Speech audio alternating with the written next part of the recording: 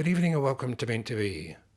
Tonight we begin with Simon in lip service with guests Leanne, Craig and Anthony giving their opinions on best friend texting girlfriend, boyfriend of 2 years forgetting birthday, and partner wearing a Darth Vader mask.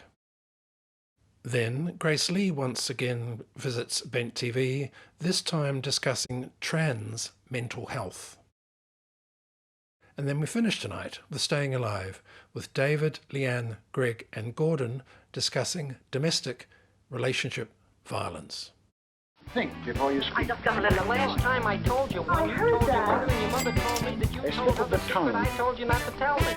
Good evening and welcome to Bent TV. You're watching another edition of Lip Service and we are here to help you solve your problems. My name is Simon and welcome my regular panellists, Craig, back, and two new panellists, Anthony and Leanne. Welcome.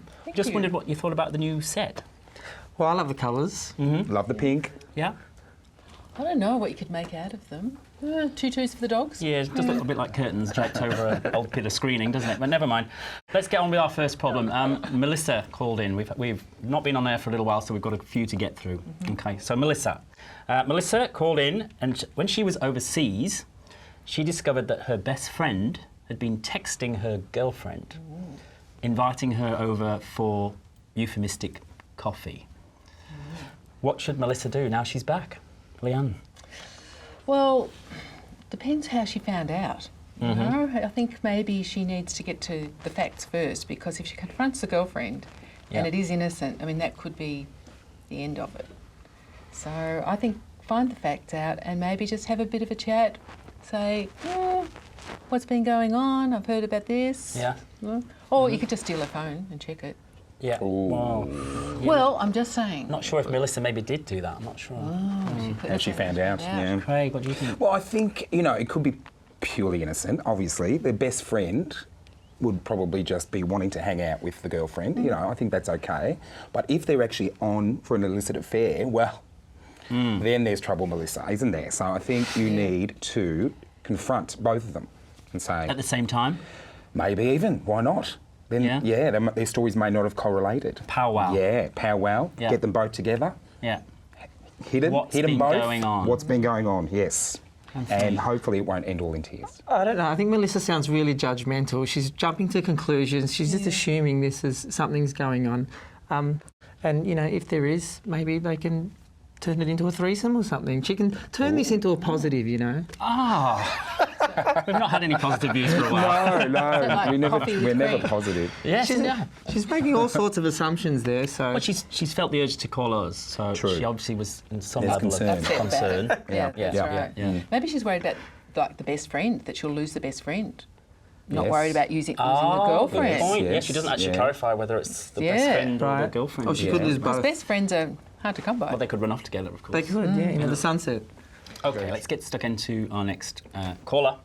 His name is James, and he's been with his boyfriend for 2 years. Okay. He feels like he's always the last priority in his boyfriend's list of things to do.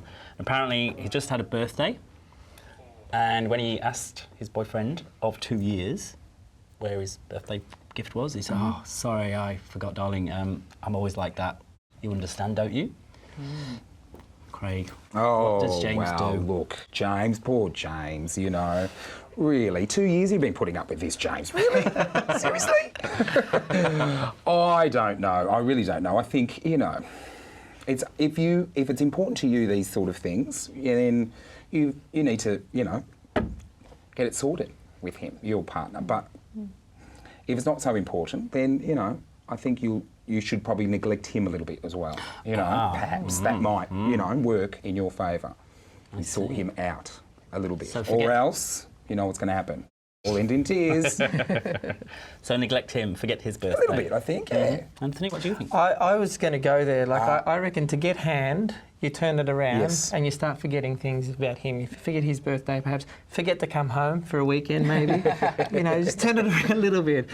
Just shift the anxiety. Let him experience a little bit of anxiety and see how he likes it, I reckon. And if he's not bothered, then it's probably over. Well, yes, Or he may actually turn the tables and start being thoughtful and considerate and remember things, Words of wisdom from you, Leanne.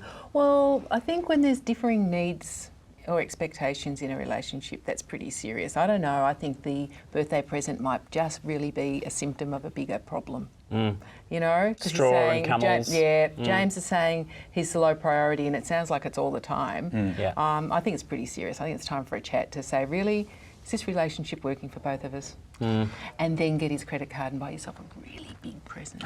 But we've only got James's side of the story. I mean, he might be incredibly clingy, and nothing would ever be enough for him. So maybe his partner is just exhausted.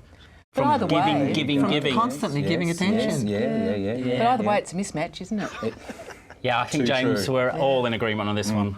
You need to finish Bong this bong. one. Okay, now we've got, now this is George. He's in a very good, positive relationship. He feels very strong about his partner. But there are times when apparently he dons a Darth Vader mask and insists on being called Darth Kickass. Okay. What do we feel about that? This is the Anthony? partner. I'm loving it. I'm loving it. I'm loving it. I love a little bit of kink, a little bit of role play, you know, whatever floats your boat, whatever sort of, you know, creates a little bit of sort of anxiety and mystery in the relationship, go for it. Sure. Darth Kickass? Well, it could be worse, I think, than that, you know. In what way? Well, I don't know. What, I don't know. Princess Leia? That would be fun. Free bagels. What's under the Darth costume? The unveiling of that. That could be cool, you know. It's just the mask, apparently. Oh, just the mask. I don't know whether he wears the whole rigmarole, but... Oh, okay. Or, the you know, heavy breathing. Or the heavy All that- breathing. Yeah.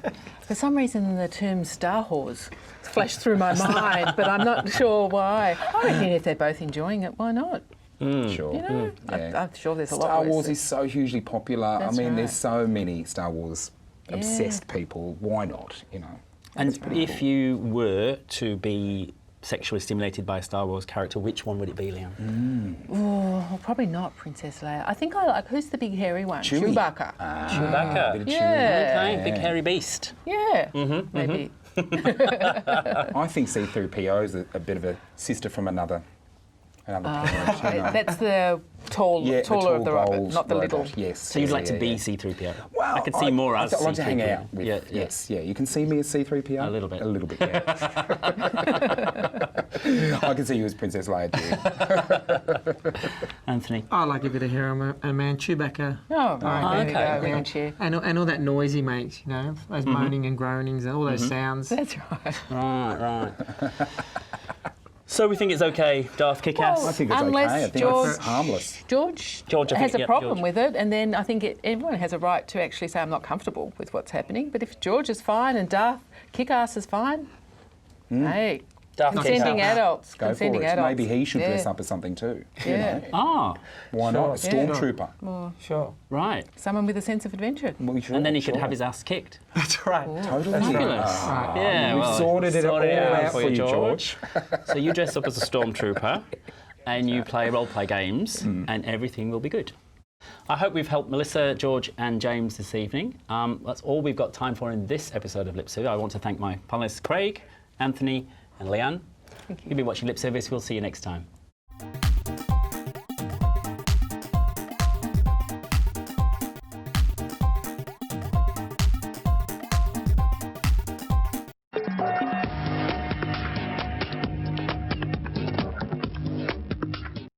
Welcome to Bent TV. I'm Andy McNamara. We are chatting again to Grace Lee, who is talking about her thesis, which is about people who transition from being identified male to female at a mature age, as in over 40. is Generally, basically yeah. her The thesis. people who took part in this were generally sort of over 40 and as old as late 70s. So Late quite a big 70s. spread there. Wow. In terms of where they're at, and I mean the thing that was interesting about that is they've led a life where they've been concealing this gender identity, and that interested me because so many people who are trans, from all the surveys and research that's been done around the world, we know that their mental health is generally poorer. They have a lot more depression, a lot more anxiety, and they have absolutely phenomenally disgraceful rates of suicide, and that is a big issue, and that's why looking for the around the mental health and how do people cope, I think is very important in being able to provide better services and better support to trans people in our community. Right. So I understand the bigger mental health issues and the suicide because of all the shame and rejection that goes with that's right. The stigmatisation and marginalisation. Yeah. What are things that help reduce those risks of? Well, probably, I mean, the big ones are finding an identity that you can share. So in part of the process, if you like, as you start to identify and see that you're trans, is being able to find other people who are like you. So finding a community. Yeah, finding a community. So that might be online. Now, there are a lot of, there's Facebook groups now that are specifically for trans. There are other internet sort of websites and so on. And of course, there's face-to-face sort of social groups. So, I mean, the people who participated in this study actually came from Seahorse Victoria, which you all know well, and I hope most of your viewers know well. And they've supported Ben TV a lot for a long time. They've done a great job, and they've done a great job for the trans community. They've been around for 40 years, which shows what a valuable organisation they must be. But that provides a link, it provides a place for people who identify as trans to go and meet with other people and realise that they're not isolated, they're not weird, they know that there are many others like them, and they can actually share those experiences amongst themselves. So that's a very important first step, is to find others who will support you within the community.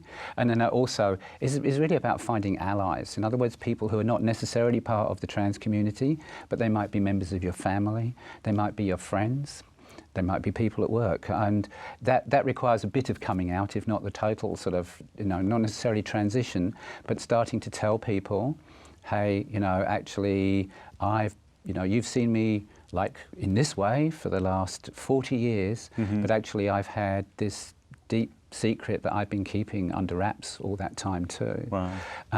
And again, when you get a good response from an ally, when somebody goes, oh, that must be so hard for you, that was really difficult. And quite often, and I found from my own personal experiences, people actually say they're quite privileged that I've shared this very important piece of information with them. And that makes the individual feel good as well. Okay. And that's very important to sort of break that sense of isolation. And especially, I can really see when the people showing support are from outside the trans community. Then there's no vested interest. They're just totally saying, I understand you as a human being and I support you, and I think you're great and brave and wonderful, and I will help you. I will help you and mentor you. I mean, one of the things that I was involved in at TGV was a Hay grant. Victoria, Transgender Victoria, the advocacy group here in Melbourne, was a Hay grant. So that's Healthy Equal Youth, which is part of Youth Affairs Victoria. So it's a government-funded project that we did to help build allyship amongst young, gender-diverse and same-sex attracted people in Victoria.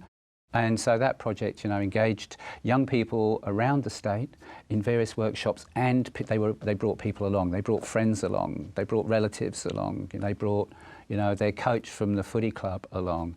And these were all people who then would sort of learn how to work with gender diverse and same-sex attracted individuals, and how to provide them with the support that they need, understand some of the things that they might need, which again, reduces that sense of isolation and marginalisation and gives them much more resilience, which is all good for, good mental health and, for being successful in life.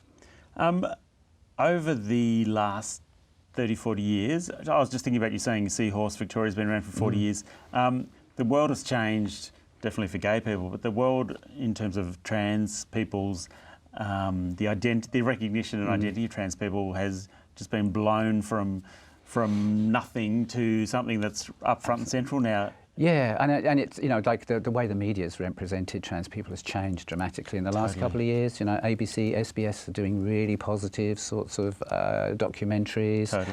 And obviously we are seeing, important personalities coming out as trans and, taking roles in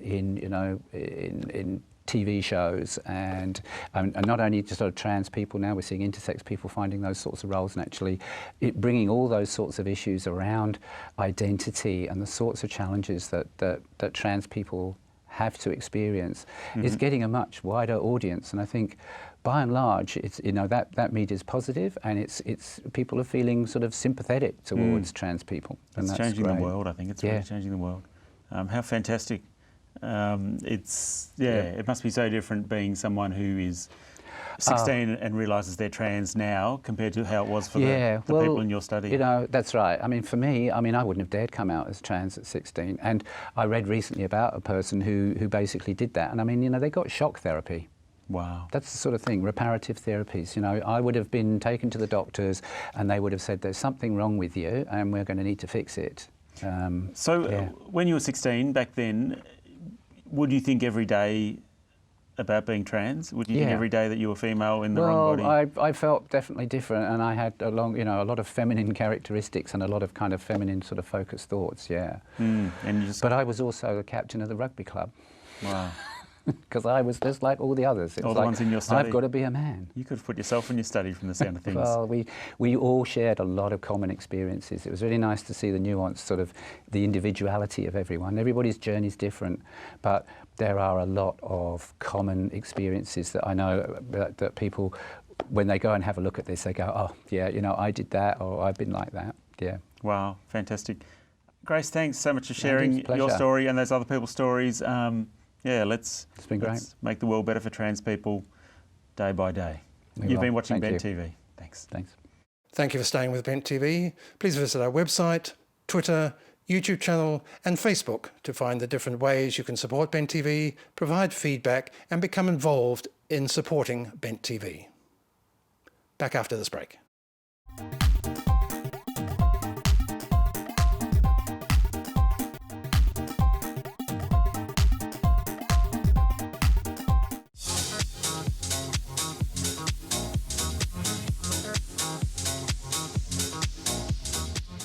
Hello and welcome to Staying Alive. This is a panel show about the ageing population. Yes, unfortunately it happens to us all. I'm David, he's Gordon, she's Leanne and he's Greg. Hi. Today's topic we're going to talk about, which isn't a very pleasant one, but it's been so much in the media in recent time, domestic violence. Now Greg, what's your role in our community? Well, I head the Anti-Violence Project in the LGBTI community. More the LGBT than the I, because there aren't many I people that are engaged with our community yet. As we embrace them, they will be more. And we look at relationship violence, family violence, we look at intimate partner violence, street harassment and prejudice motivated violence and crime. So we address those needs, capture people's experiences and hopefully get them to talk to police and talk to other related third parties that can help them along the way.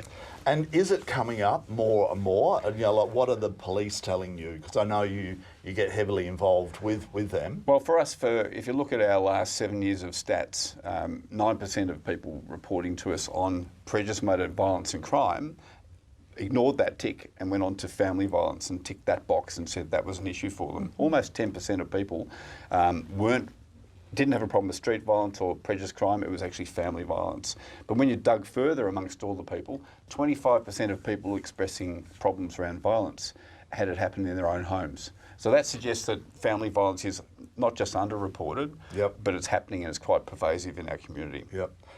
What about you, Leanne? Again, it would rear its head a bit in your... switchboard with the calls that we get. Yep. Yeah, it does. We get a few calls, but it's often people don't define what's going on for them in a relationship as family violence or intimate partner violence. Is it hard to talk about it? I think it's hard to talk about anyway, Yep. but I also think some definitions around family violence and domestic violence have been very much in the sort of heterosexual world with male perpetrator. And when we look at two men together or two women, a trans partner, that they don't see that it's necessarily that. It's a relationship issue that they're having, of which verbal or physical abuse is part of that. So I think we need a little bit of community awareness within our community of really what we're talking about, because it's obviously happening. Because we don't feel that, because it's not reported as much in the media at this stage, is it? Well, we hear the high end, in our community it's the high end. If you go back 10 years, the 4 or 5 murders that have happened where a partner has murdered his other partner, or his significant other, and they've been family violence incidents. We've only heard those, because that's the ones that tip over and become a media spectacle. But we don't hear the pervading family violence existing in relationships. Gordon, what about you? Because you're part of Vintage Men. Does it ever get spoken about in that realm? I would say never. Oh, okay. Never gets spoken about, because I don't. Whether it has happened in a previous life and they don't talk about it, I don't know, because we never ask questions about that unless people are forthcoming and sort of say, this is what happened to me, you know. But I've been a victim of violence, but that was not in the home, but it was a violent attack, and I nearly lost the sight of one eye. But that was way back in the 60s, you know, when it was, that was it, you know. Yeah, poofta bashing It was shocking. And, but I don't know much about family violence, because I come from a very, very happy family. We grew up, the whole family grew up, and my actual family that I have now, my sister and husband and their children, it's just all, no, there's never any thing about it. They all get on so well together, there's never anything there. But I think that family violence has always happened, but it's gone underreported. But now it's come to the fore, which is a damn good thing, because it needs to be reported and it needs to be fixed and it needs to be looked at. Yeah. Well, I know of a person, you know, like sort of a 50-plus person that had moved from Perth to Melbourne for a better life and whatever, picked up with a partner, and a much younger guy, and he would get drunk and beat him up. He would come home being out partying because the older guy didn't want to go out partying, and come home and beat him up, and he was staying with him. He wasn't making the move, and it was people getting actually angry with him that turned him around, and he eventually asked him to move out. But, you know, like a terrible situation. Well, there's a young couple in Melbourne, young couple that are we're working with at the moment through the Anti-Violence Project, and 6 times one has attempted to leave the other and will return back to that relationship. There's an economic tie that binds them. There's they're in one place. The difficulty of separating their finances now is such that they tend to return. Now, that victim isn't always the victim. That victim has also been a perpetrator in that relationship. So in gay relationships, we can have people that are both victims and perpetrators. It's not as clearly defined. And we don't have the resources, we don't have the places to refer gay men for relationship and intimate partner violence to work through those issues. A male victim in a gay relationship can't go and sit with a room full of female victims from heterosexual relationships. There's very little for them to talk about their issues. That's right. And we don't have the referrals if people needed to get into safety. If they're in very, very dangerous situations and need to get out on the spot, we really have got very limited places we can send people to. Yeah, so it is a very sort of sticky situation, this one, isn't it? But you know, like the one thing is that if you are in this situation, you've got to make some sort of move, don't you? You know, like it's easy to think, oh, is it just me? You know, like what's the situation? But that's a very hard thing to do sometimes. You know, I know. It's very, very difficult, especially if you're, you know, in a say a gay relationship and you've got children. In that relationship, and somebody's doing the bashing around. What do you do? You know, it becomes almost like the straight situation where the wife can't leave because she's got children and it's financial and all this happens. So how do you do it? The only thing you can do is report it and hope something can be done. What we do have, David, though, we have a ground changer. We have a Royal Commission to Family Violence that brought down 227 recommendations. And for the first time, LGBTI is up there, exactly equally in the mix. We're not invisible anymore. And the government have committed to all those recommendations being put into practice, and that will benefit our community as well. So where's the money coming from for that? They have to find it. They have to. They've committed to finding it in this budget and the ongoing budgets. And with a bit of luck, it'll be bipartisan. It'll survive any future change in government, and we'll have some big changes around family and intimate partner violence. Not before time. No, and not before time. And please do something about it. If you're in that situation, just don't take it. It's not right. Anyway, run out of time again, like our last topic that we had the other week. So much more we could talk about there. So thanks for watching Staying Alive. He's Greg. She's, what's your name? Leanne. And what's your name? Fred. Fred.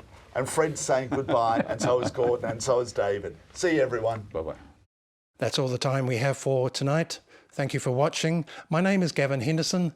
Please visit our website, YouTube channel, Facebook to keep in contact and support Bent TV.